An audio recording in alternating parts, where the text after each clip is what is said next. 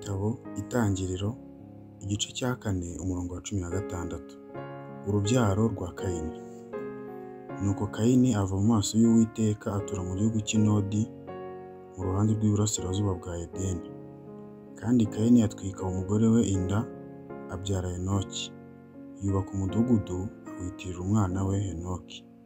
Henoki abyara Iradi. Iradi abyara Mehuyayeli. Mehuyayeli abyara Metushayeli. Metushayeli abyara Lameki. Lameki arongora abagore babiri, umwe yitwa Ada, undi yitwa Zira. Ada abyara Yabalu, abasekuruza b'abanyamahema baragira inka. Murumuna we yitwa Yabalu, abasekuruza b'abacuranzi n'abavuza imyirongi. Na Zira abyara Tabarukayini, umucuruzi w'ikintu cyose gikebeshwa cy'umuringa n'icyuma. Mushiki wa Tabarukayini yitwa Namu.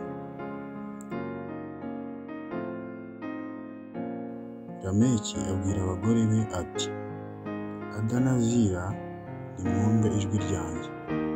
Ba Lameki, nimutegere amatwi amagambo yanjye.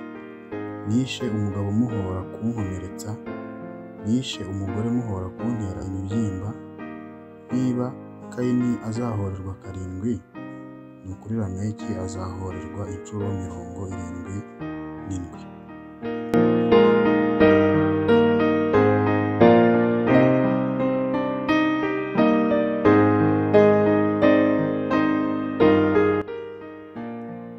Urubyaro rwa Seti. Umurongo wa 25 na 26. Adamu arongera atwika umugore we inda abyara umuhungu amwita Seti. Ati: Nuko Imana incumbushije urundi rubyaro mu cyimbo cya Abeli, kuko Kayini yamwishe. Na Seti abyara umuhungu amwita Enoshi. Icyo gihe abantu batangira kwambaza izina ry'Uwiteka.